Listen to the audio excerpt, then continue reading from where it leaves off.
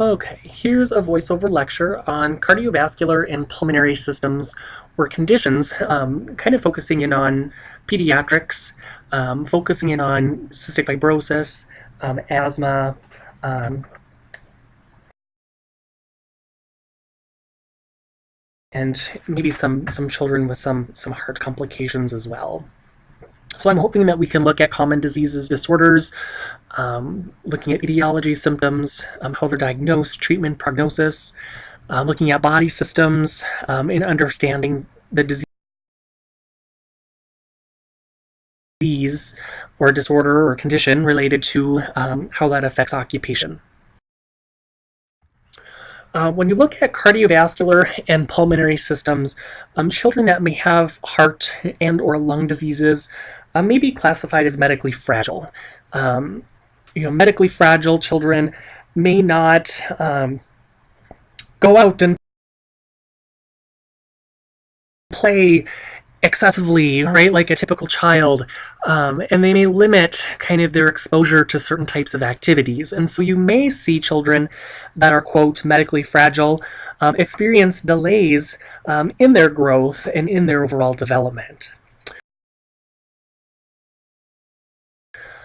Children with neurological, developmental, orthopedic disabilities often have secondary lung or heart diseases. So Down syndrome is kind of a pretty significant case here because 40% of kids with Down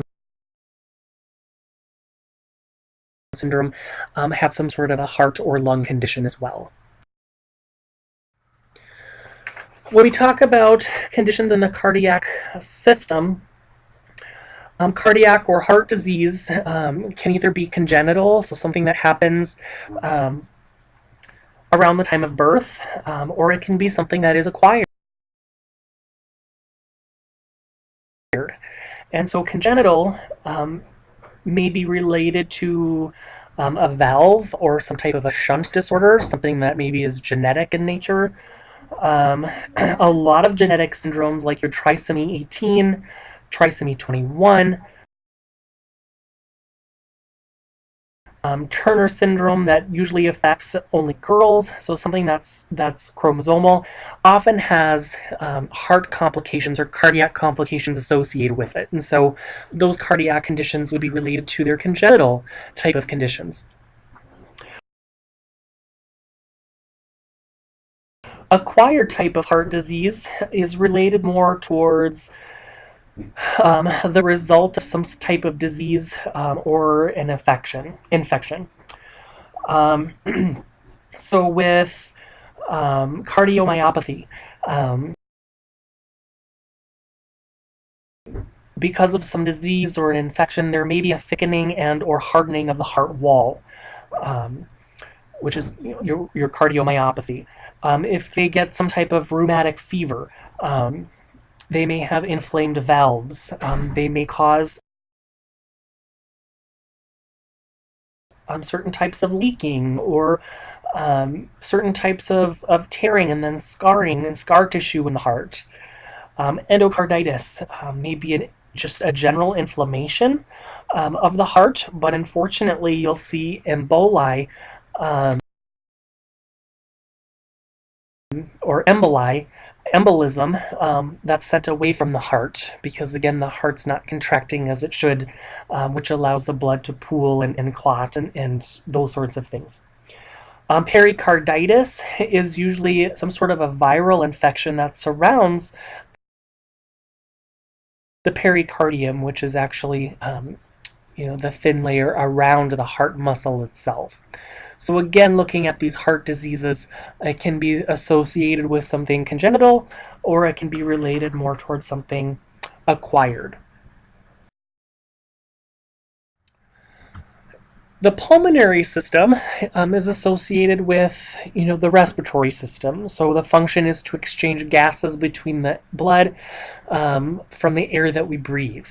We look at the upper respiratory and the lower respiratory tract and sort of what their functions are.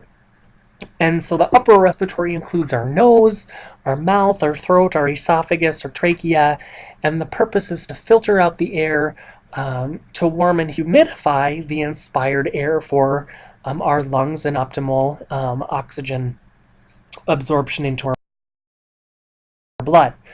Lower respiratory tract begins at the larynx and extends throughout the lungs. So it's sort of the lower part of our respiratory tract. When we look at pulmonary dysfunction, this falls into two main categories. We have something that's obstructive, which means that there's some sort of resistance to airflow, whether it be inflammation or whether it be an airway that's easily collapsible. And so there's something that's obtrusing or obstructing that flow of air. Restrictive means that there's a decreased ability of physical structures in the chest area that's causing the breathing difficulty. And so there may be something associated with the chest walls, the lungs, the diaphragm, which make breathing difficult. Maybe the diaphragm's tight or rigid, in which case if those breathing apparatuses aren't working properly, it's going to restrict how they're breathing and affect how they're breathing. So focusing on obstructive, again, there's a resistance to airflow through the lungs, in which case there's a residual lung volume increase. So if we can't exhale all of the way because there's something obstructing our airway, we're going to have leftover air in our lungs, which is that residual lung volume. Okay, and so that's going to be increased if somebody has obstructive lung disease. The symptoms may include rapid breathing, which is the word tachypnea, tachypnea, TACHYPNEA.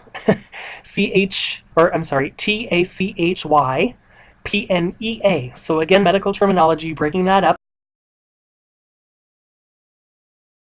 Tachy, meaning rapid. Nia, with a silent P, means breathing. So rapid breathing. You may see accessory muscle use, meaning accessory muscles around your chest. So you may see them kind of raising their shoulders, trying to pull back their shoulders to increase more lung space or more lung volume with their chest. You may see retraction of those scapulas. You may see nasal flaring because they're trying to bring in more air, because they're feeling short of breath, because they can't take a full breath of air because there's still air left in there. But the air that's left in their lungs isn't saturated in the oxygen that they need. They may have narrowing of the airways because of mucus, and so there may be coughing.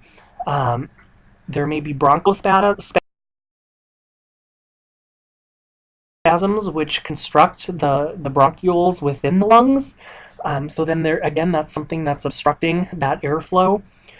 There may be thickening of the walls of the airway or even just some inflammation that's associated with that, like your bronchitis. Those kinds of things would be examples of the obstructive lung disease. There's three types of chronic obstructive lung conditions, and that we'll focus on. Again, looking at obstructive. So bronchiectasis, cystic fibrosis, and asthma. And so we'll take a closer look at cystic fibrosis and asthma as we move forward, but to kind of focus on bronchiectasis now, since that is considered obstructive. Here you have a chronic dilation of the bronchi, which are in your lungs, or they're constantly in that open position. This allows greater use or ease of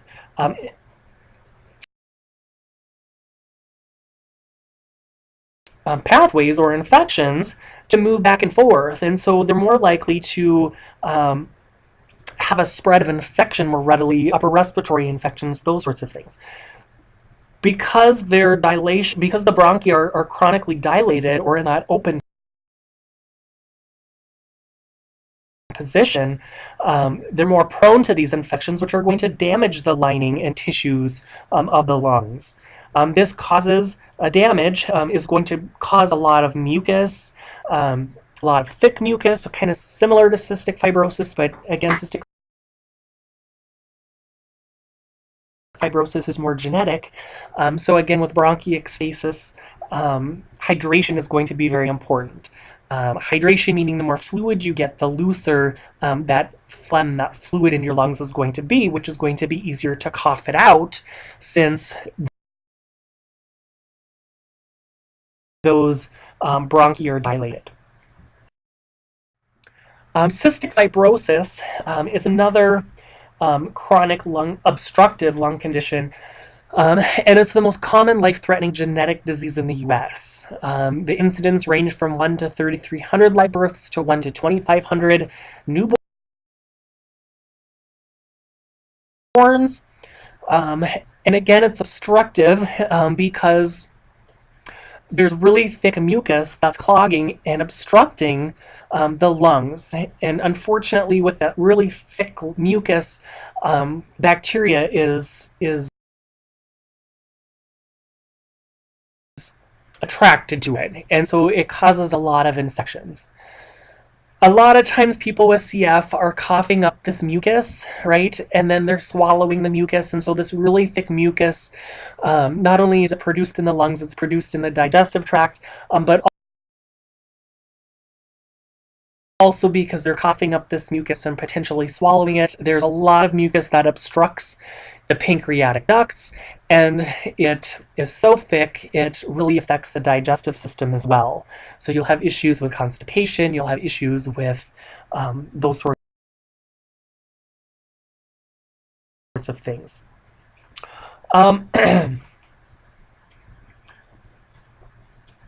Unfortunately, this thick mucus can also block the bile duct in the liver, which would cause permanent liver damage. This happens to about 6% of people with CF. And since it is genetic, there's 10 million Americans that are carriers of the defective CF gene. And so in order for somebody to have CF, they have to have both parents who are carriers of the CF gene, and they will ultimately have a higher risk of being born with CF if both parents are the carriers. It's also been noted that males have a higher incidence of sterility, again with different ducts and bile ducts that are affected with mucus and those sorts of things. Obviously, it would affect the flow of semen and fertility and those kinds of things. So not only does CF just affect the lungs, but it affects a variety of conditions.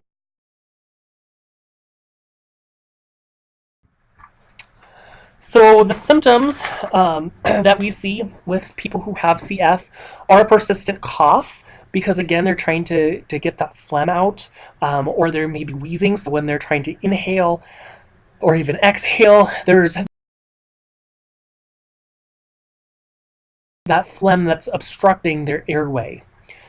Because their phlegm is very prone to bacteria, you may see them having recurrent pneumonia, bacterial pneumonia infections.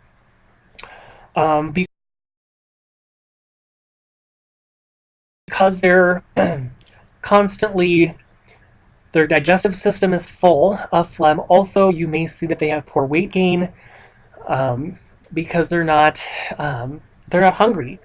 They may have greasy, bulky stools. They may have constipation due to poor digestion. They may have adequate food intake, but they may appear very skinny in nature because most of their calories are spent in concentrating on breathing and using those accessory muscles to get the oxygen that they need. When they diagnose CF, they may do what's called a sweat test. A sweat test is analyzed, so a child they take a look at a child's sweat or perspiration, and it's analyzed for excessive chloride or salt, which may be an indicator of CF. Because there's so much phlegm, people, and the phlegm gets very thick. Um, People are at a higher risk of dehydration. When you're at a risk of dehydration,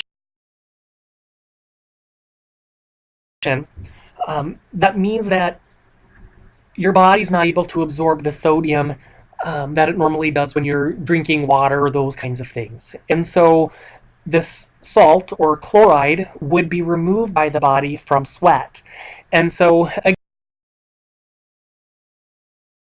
again, very kind of an interesting type of thing. They would hook up an electrode which measures perspiration on contact and would indicate if it's a higher chloride content. With medical advances, there is a life expectancy of greater than 30 years. A few decades ago, the life expectancy of somebody with CF was very small to even reaching adolescence, and now it's I believe in the 40s from what I last read, mid 40s, and that's just the expectancy. That's not with the current medical advances. The treatment of cystic fibrosis is, again, trying to get and clear the mucus from the lungs. Obviously, we need oxygen. That's the most important aspect of our lungs. And if they're filled with fluid and filled with phlegm, people aren't going to be able to do that. So if they can't get oxygen, their life expectancy is going to greatly decrease. Treatment of cystic fibrosis includes clearing the mucus from the lungs as part of a daily regimen, routine, those kinds of things. And so it's not just give me a pill and let me move on. It's something that is going to be a combination of many different types of things. Chest therapy is something that's sometimes used quite commonly, actually. Chest therapy is a way to decrease or to dislodge the thick mucus of the lungs, and so this could include sort of clap. So it kind of sounds like a clap on somebody's back. You start out kind of low, and you sort of slap the person's back, kind of with a kind of a cupping motion. So that compression, when you make that clapping noise against a person's back, is supposed to help loosen up some of that thick mucus. Other types of chest therapies include a cystic fibrosis vest, which is something really, really cool. They can be very expensive, but there are certain programs out there, nonprofit organizations that work at fundraising to try and help children with CF, attain a chest vest or a cystic fibrosis vest. The YouTube video below actually has a young man who talks about his CF treatment regime, and he actually has one of these vests. And so it's a compression vest, so you put it on, it fills up with air and it vibrates quite aggressively, which allows you then to loosen up that mucus. And then there's something called a huff cough, which is sort of an abdominal cough, which the video demonstrates, and it's used to sort of clear that fluid, that mucus. Other types of treatments, again, you probably would work with a respiratory therapist on this, or the individual would. The tobramycin solution would be an aerosol inhalant, which is just an antibiotic. So since people are at risk for a lot of pneumonias and other types of upper respiratory infections, they may do an aerosol antibiotic to kind of focus in on that area.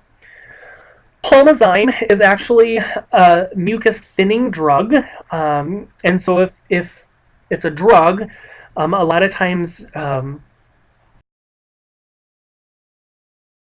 I believe it's inhaled, and so it would, if there's less mucus or the mucus is thinner, people would be able to cough it up, and there would be a less likelihood of infections, and it would allow your lungs to expand and increase with greater ease.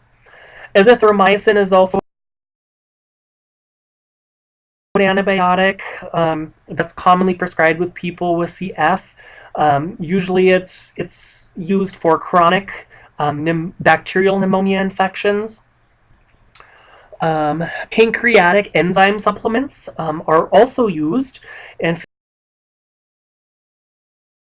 fact, I found a statistic that approximately 90% of people with CF take pancreatic enzyme supplements so that it helps them absorb food and their digestion, because if their digestive tract is lined with this thick fluid, it's going to decrease their ability to absorb food through their intestines and so forth. So again, just some very common types of antibiotics or inhalants that help with cystic fibrosis. Certainly not all inclusive. Again, below is the YouTube video, again, of a young man who has CF, and he kind of talks about his regime. He talks about how when he, is more sick, which maybe he has a pneumonia, he has to do the chest therapy and the huff coughs more frequently throughout the day. Again, there's additional drugs that he has to inhale throughout the day, those sorts of things. With modern medicine and modern advances in medicine, a lot of, not a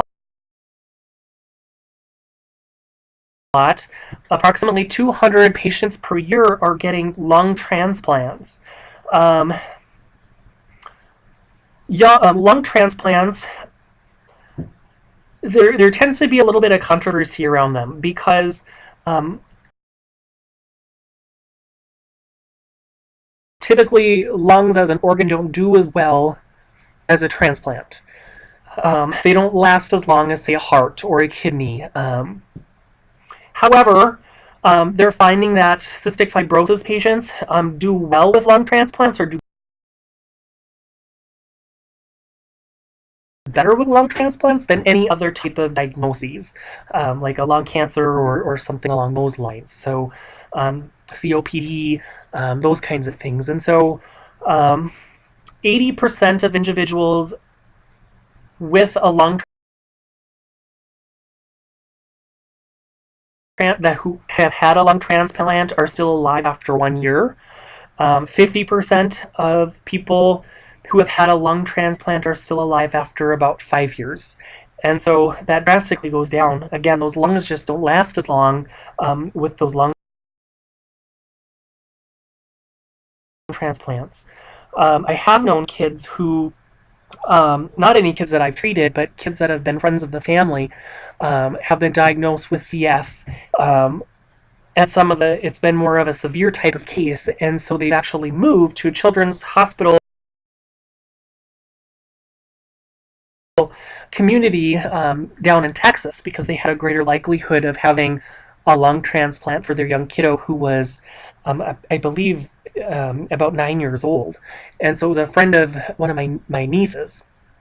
And so they up and moved to Texas. They had a lung transplant. He's doing well. They're monitoring him. It's been a few years now. My sister still keeps in contact with the family. But they're staying there in Texas because chances are he's going to need another lung transplant later on in life. So it's just kind of a catch-22. There is locally in the Bismarck area the Cystic Fibrosis Foundation, or not locally, Cystic Fibrosis Foundation does help and does provide a lot of research for cystic fibrosis. Locally, there is a gaming site that does blackjack and pull tabs, and that goes to more of a local cystic fibrosis chapter. And so That organization has done remarkable in providing funding for people for chest therapy, for CF vests, those kinds of things. And so, if any of you do frequent some of the local bars and stuff like that, and they have bingo or they have pull tabs or blackjack, keep in mind if there's a cystic fibrosis or CF type of site, and that's the profits that they make go towards this organization. So, kind of a neat thing. Major areas of intervention, again, are related towards the pulmonary system and digestive system, and so they're going to have a lot of medical management, right? They're going to be not just OT patients, but they're going to be maybe related to respiratory therapy, a lot of cardiopulmonologists, a lot of those kinds of condition, or a lot of those kinds of professionals. And so what we do as OTs is just going to be enhancing occupational performance as much excuse me, as much as we can by maybe doing compensatory strategies when dressing, pulmonary compensation techniques, trying to do some of your deep breathing. Maybe we would educate on using the huff cough. Maybe we would advocate for helping them get funding for a therapy vest. Maybe we would look at adaptive techniques in dressing. When you bend over to try and tie your shoes, those kinds of things, you're decreasing that area in your chest, which would cause further shortness of breath, those kinds of things. Taking long, hot showers is something that might make it more challenging for somebody who has obstructive lung issues, because that humidity is going to make it harder for them to breathe. And so you're looking at adaptive equipment. Maybe you want to teach them lower extremity dressing techniques with adaptive equipment, elastic shoelaces, things that would things that would help them maintain their activity tolerance, because if they can't get the breath, it's going to be difficult for them to increase that activity tolerance, and it may be counterproductive too. You may, if you're trying to do exercise to kind of beef them up for their activity tolerance, you may over fatigue them. You may cause decrease oxygen saturation in their blood, because if it's filled with mucus, they won't be able to process that oxygen. So a lot of family support, a lot of education is going to be our role here.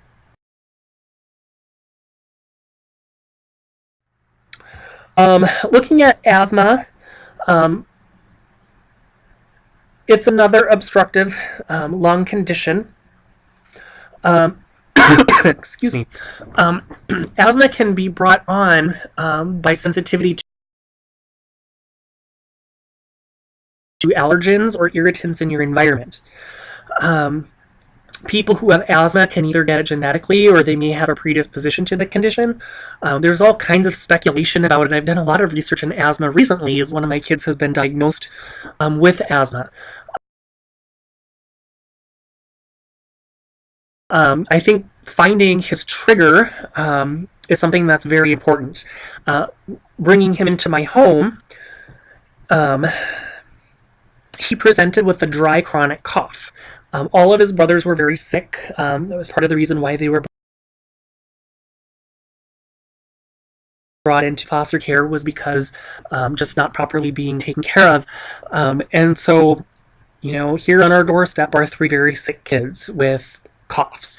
So take them to the doctor, get antibiotics to work on their colds. 2 out of the 3 get better.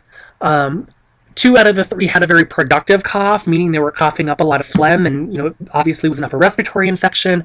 But the oldest child was just having this really annoying dry cough, and I'm like, oh my gosh, is this just a habit? What is going on? Well, what was happening was he had a cold that basically turned into a bronchitis, right? And so because of that cold, because of that virus, he had an increased responsiveness in his tracheobronchial tree by that stimuli, which would be that virus. And so that cold virus or bacteria. In which case, then, that increased in inflammation. And so his coughing was actually him trying to expel the rest of that residual air that was left in his lungs.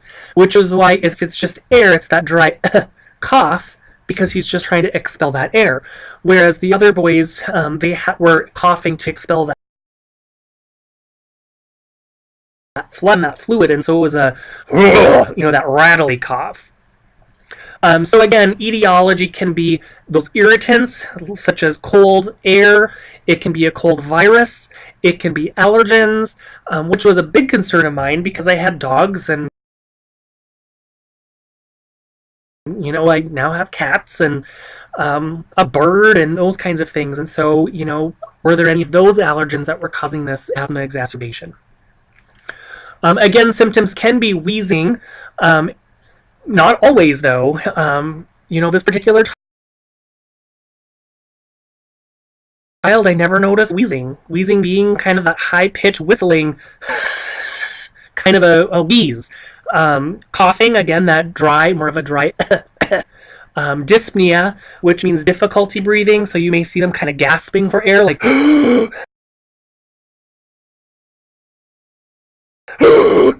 those kinds of things. Again, it's that failure to expel air completely, and so you may hear it wheeze kind of at the very end of their exhalation.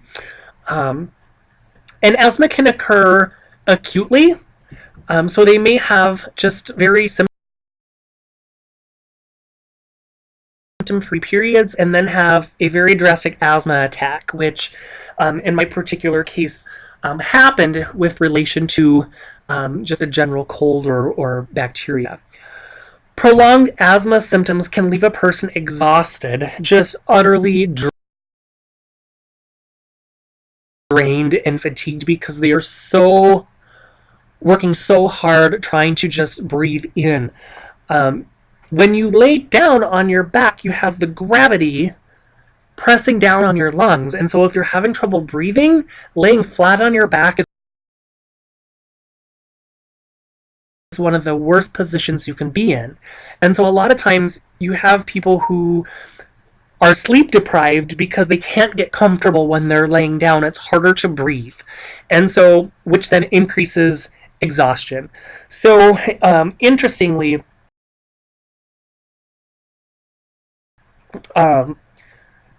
with this particular child who wouldn't get better with 2 rounds of antibiotics, the doctor did listen to his lungs, felt like he had asthma, so then he was treated with corticosteroids, a long-acting one and a short-acting one, on a nebulizer, which we'll kind of talk about those moving forward here. But those really worked, really decreased his coughing. He was also given a long-acting bronchodilator as a chewable pill that was cherry flavored, so we actually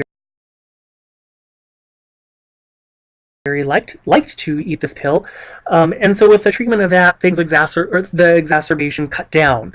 Now, cut to a year later, where we're no longer doing the nebulizers, we're no longer taking that chewable because he's been fine. We've weaned him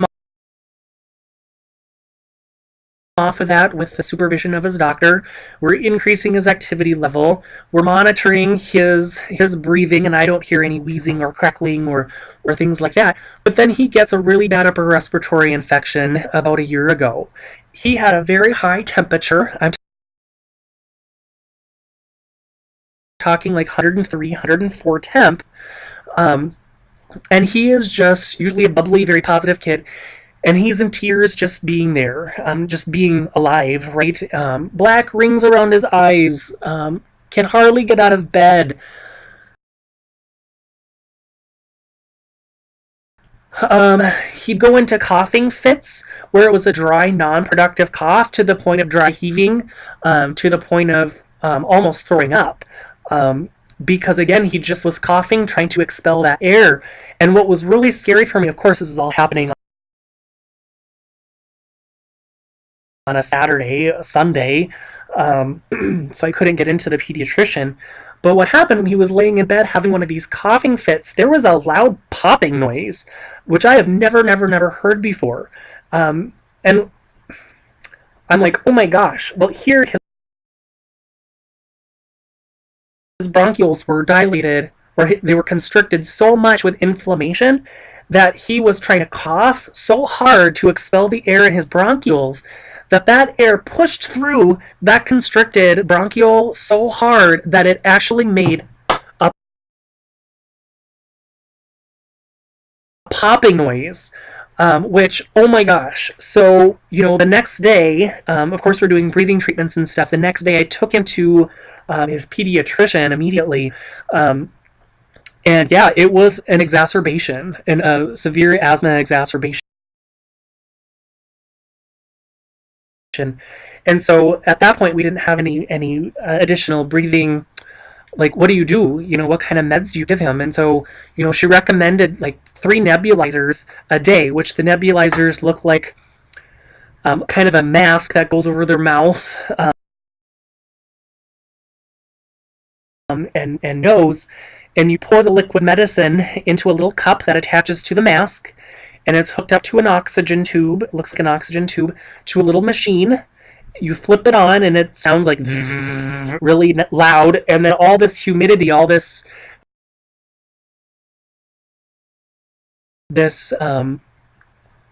medicine is converted into a gas then that can be breathed in. And so, given a round of antibiotics, 3 nebulizers a day. Each nebulizer had a short-acting and longer-acting bronchodilator. So make those bronchioles larger so that air can pass through them. So very scary issue. And so then the doctor gave me a lot, basically an endless supply of long-acting and short-acting. She didn't feel like an inhaler was needed every day, but we know that his trigger is caused by upper respiratory infections. And so the minute he's coming down with something, right, the minute he appears warm, the minute he does a cough, for him, his cough is very subtle. And I feel guilty for not always catching it. It's even a throat clear. It starts out as that. And then it kind of progresses to a so very subtle. And then the next day is like 102 fever, coughing to the point of throwing up. So the minute I hear him throat clearing, I get him on a nebulizer at least once a day. And then as it progresses, I may bump it up to 2 times a day. And so it's not a lot of science behind it, but that's kind of my personal experience with it. Why I choose to share that with you and why I'm spending so much time on that is because this particular kiddo is getting PT, OT, and speech therapy. And ironically, the OT's like, yeah, he's really coughing. I'm like, yeah, he's kind of, suffering with asthma right now. And so, like, oh, but he's not on an inhaler. Well, no, he's not on an inhaler, but he is taking nebulizers, which is a long-acting and short-acting. And so, he doesn't need it acutely, he just needs it throughout the day, these medicines. And so, when he's having a flare-up, I need to educate the OTs, I need to educate the PTs that activity is also one of his triggers when he's having that exacerbation. And so I need to let them know. And so if you're seeing somebody with asthma who has a diagnosis, just be mindful of that. If they start clearing their throats a lot during activity, that you may want to back off a little bit. Risk factors of asthma. Large urban areas, especially inner city, because they're having more exposure to environmental pollutants. Secondhand smoke is terrible. Exposure to occupational triggers, so people who are around chemicals, maybe like anhydrous ammonia, hairsprays, different kinds of paints, the steel factory, plastics, electronic manufacturing, those kinds of things. Having one or both parents with asthma, they may be predisposed to it. If they have a lot of respiratory infections in childhood, it may contribute to asthma. If they were born with low birth weight, if they were premature, they may have have a higher likelihood of developing asthma. Individuals who are considered obese have higher incidence of asthma, and gastroesophageal reflux. And so that heartburn, chronic heartburn, and reflux, those kinds of things may have higher incidence of asthma as well. So the following YouTube video is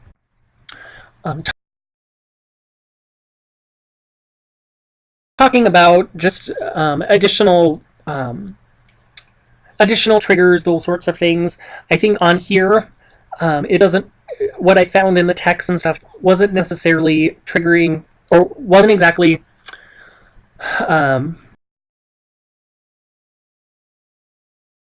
Didn't exactly talk about infection as a trigger, but in my experience, it certainly is. More so than allergens. If my dogs and cats were an issue, I think we would see asthma issues throughout his life, but really we only see them when he's coming down with a cold or some type of upper respiratory infection, that sort of thing. So again, very simple video here, gives you a little bit more information. I watched another video, and I can't remember if it's associated with this one or not, or another one. I watched a lot of videos, but it talked about how stuffed animals are actually notorious for dust mites and allergens, and so sometimes snuggling in bed with children, these stuffed animals can produce asthma triggers. And again, at nighttime, laying down, maybe flat on their back, stuffed animals may be a nasty little culprit too. Treatment options: long-term control medications, so inhaled corticosteroids. Examples may be Advair, Pulmicort, Flovent, and so this is your. It may look like it may look like an inhaler. Okay, long-acting beta-2 agonists like your bronchodilators, leukotriene modifiers like your Singulair. Okay, so some of you probably have heard of some of these on TV. I think Singulair is one of them. Flovent, Advair. I think I'm having an asthma exacerbation right now. My kiddo actually is on Pulmicort and Proventil, and so both of them I pour into a little cup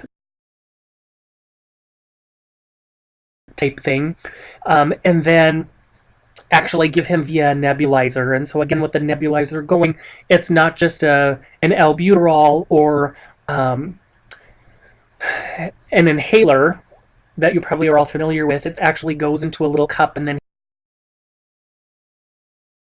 he breathes it in as like a mist. Kind of funny, in the hospital, we'd see people with them, and we'd go into their rooms wanting to do therapy, and the respiratory therapist would come in there and give them a nebulizer. And so for them, it wasn't a mask, but it looked kind of like a pipe that they had to breathe in and kind of smoke. And so we always kind of joked that it looked kind of like their peace pipe. So anyway, and my children are Native American, and so I have said that a couple times, and then I thought, gosh, maybe I shouldn't say that. I don't mean it to be disrespectful. But anyways, kind of funny. So again, you have long-term medications that may work throughout the day, and then you have more of your quick relief medications. So some of them can be related to so some of those quick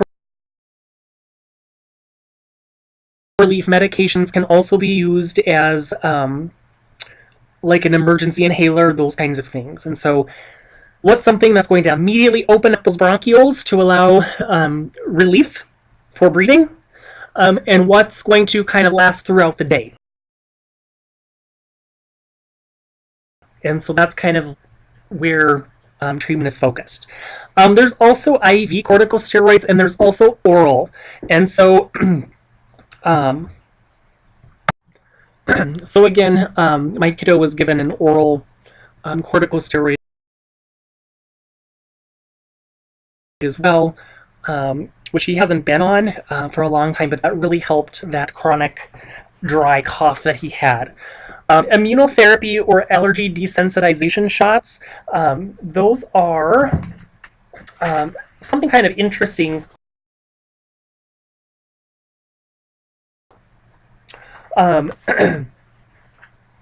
Your immunotherapy is you try and gradually increase the allergen to try and increase the overall immune tolerance to it. And so again, this may be something done, at a specialty clinic or something like that. Allergy shots also may be done to sort of desensitize people so that they are more able to control their allergies. Obviously, this would be used for somebody who has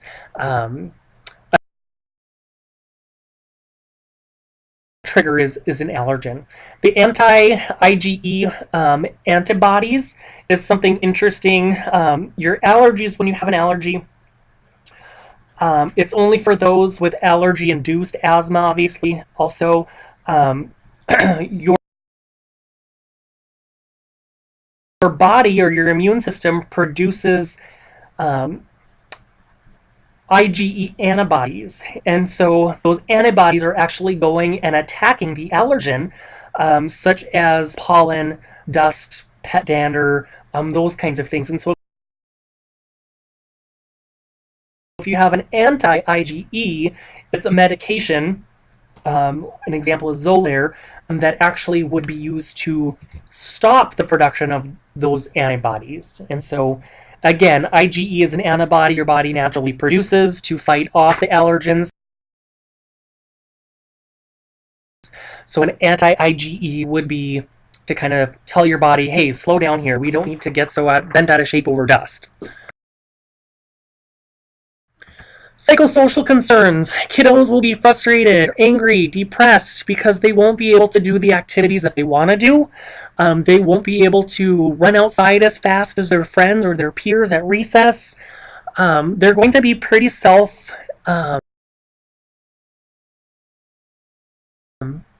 limiting for some of their activities. It may affect some of them, it may not affect some of them. I know for again, my kiddo who suffers with this, and I say suffers loosely and probably not people first, but he, no matter anything that he would like to do, he would love to stay inside and sit on the couch and watch Ninja Turtles or Star Wars or movies. And so for me, I'm like, no, go outside and play. We need to increase your activity and those sorts of things. And he has made quite a bit of progress with that. Is he the fastest kid? No. Is he, when he gets tired, especially when it's warm outside, and he wants to rest, I let him, right? Like, let's sit down and take a break, because I know breathing may be difficult to him. Again, avoiding those environmental triggers as much as possible. And so they may be stuck inside during pollen season, right? Or during certain seasons, they may be stuck inside. They may feel hampered or embarrassed by the symptoms of the disease and the complicated management of the routines. If I can put my kiddo in front of the TV during a nebulizer, the nebulizers with a long and short-acting medicine actually takes about 20 minutes, which is a really long time for a little kiddo to sit still. And he loves it because he can watch the TV. So that hasn't really bothered him. But I know growing up, I was really good friends with a little boy who had asthma, and he needed to take an inhaler so many times a day, like morning, noon, and night. And so he would get so embarrassed by having the teacher get out his little inhaler,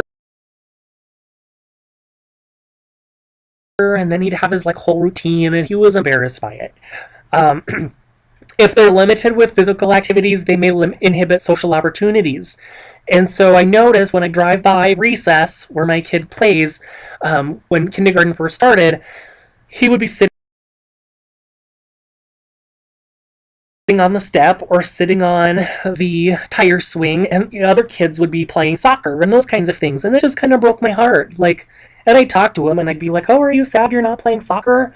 And no, I'm not sad. But it could be sad. It could limit his social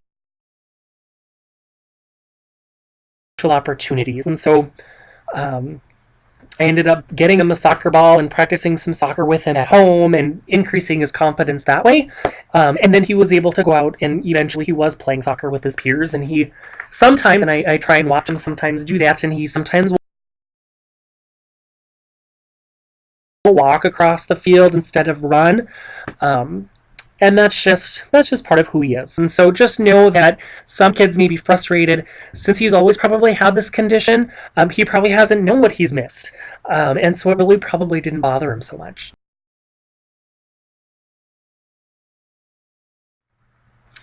Some children, again, may prefer to be more sedentary, like my little guy. He just would prefer any sedentary activity ever. Um, and some may have that restricted gross motor activity. Fatigue can be an issue, so they're trying to keep up. But as they're trying to keep up, they have to focus so hard on their breathing, and when you're focusing so hard on your breathing, it's burning a lot of calories, and so it's just hard, and so they just fatigue and they crash.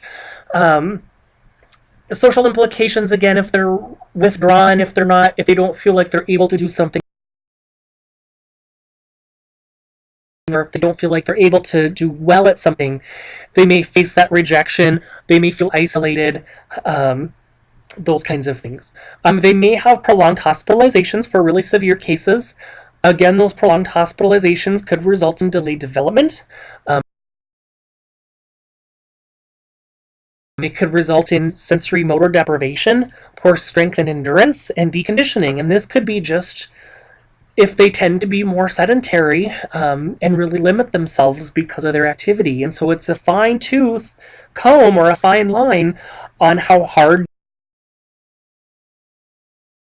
do you push these kids on increasing their activity level versus backing off and letting them have, a full sedentary lifestyle, which isn't good either. You may need to restrict activities at amusement parks with increased excitement, airplanes with the decrease in pressure, air pressure, those sorts of things. Maybe limit competitive sports, those kinds of things, or make sure that there's that inhaler, rescue inhaler, if needed. So as OTs, again, I've kind of talked about how energy conservation, or level of dependence for basic self-care skills. And so, um, are there any self-care skills that they can do from a seated position? Really hot showers may not be good for them because of the increased humidity, those sorts of things. And so, you may need to provide a lot of caregiver education, helping with lower extremity dressings so they're not having to bend over all the time, pulling their shoes up to their waist so they don't have to bend over, again decreasing the amount of room in their chest cavity, for their lungs. I'm trying to focus on breathing, deep breathing in through the nose, long slow exhales out the mouth. Sometimes that doesn't always work with pulmonary dysfunction. They may have proximal muscle weakness. They're so focused on breathing, that their speech may be limited. Maybe they're in speech therapy, maybe they have a very quiet voice. Also, again, that respiration or respiratory instability makes difficulty, with sleep. Again, if you're flat on your back sleeping, or even semi-reclined, you have the gravity of the world pressing down on your chest, which is going to make breathing more difficult. So maybe sideline, maybe sleeping more upright, those kinds of things may help.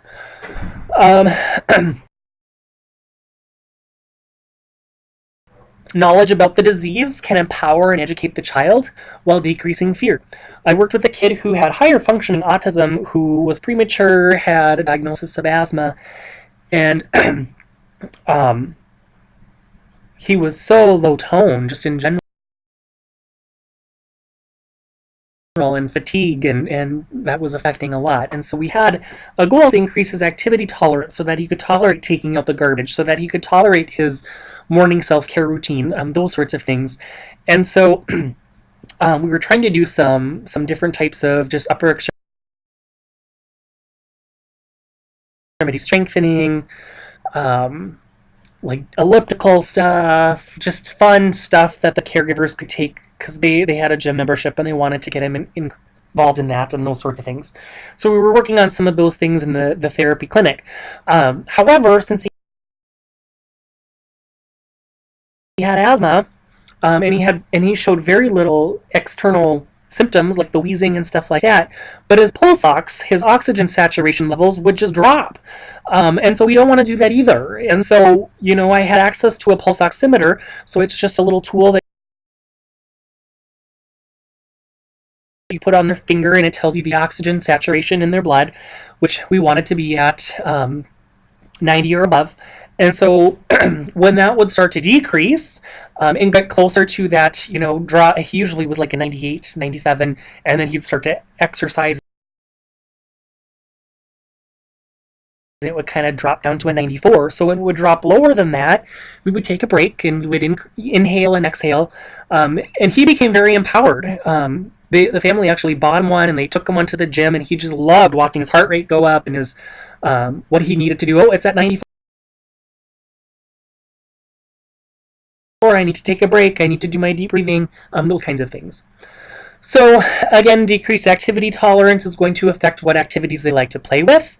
There's self-care, dressing, bathing, those kinds of things. It's going to affect school or productivity, how long they can sit and work. It's just going to affect a lot of those day-to-day things. So just something to keep in mind.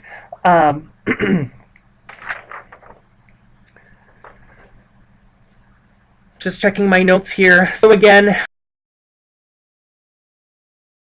how you can teach them maybe energy conservation or work simplification techniques, those kinds of things, frequent rest breaks. And again, it's that fine line of leading an active lifestyle that decreases the likelihood of childhood obesity, which, if you're obese, it increases your severity of asthma. And so it's a fine line, and it just depends on the severity of the asthma, how well it's controlled. But hopefully this gives you some tools on what to look for if you're working with somebody with asthma.